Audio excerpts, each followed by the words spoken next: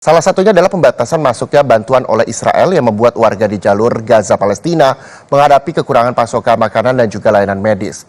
Kelompok kemanusiaan menyerukan agar pintu masuk dibuka lebih lebar lagi agar lebih banyak bantuan kemanusiaan yang masuk. Badan Bantuan PBB untuk Palestina, UNRWA, mengatakan lebih dari 1 juta orang di Gaza tidak akan mendapat cukup makanan bulan ini karena truk-truk yang memuat sayuran segar dan daging tertahan di pos-pos pemeriksaan Israel. Dengan pembatasan yang terus berlanjut dan prosedur Israel yang panjang di tempat penyeberangan, ribuan paket makanan dan pasokan medis dalam jumlah besar masih tertahan karena truk-truk tidak dapat masuk dari Mesir. Situasi ini memperdalam krisis kemanusiaan yang melibatkan warga Palestina yang mengungsi. Mazen Al-Qasas, salah satu warga Palestina yang mengungsi dari utara Gaza ke selatan, kehilangan restorannya yang merupakan mata pencahariannya dan rumahnya karena keduanya hancur.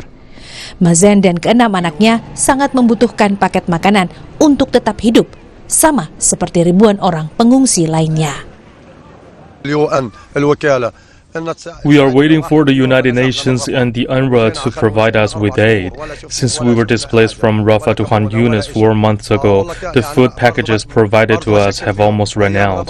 Our situation here is getting worse day by day.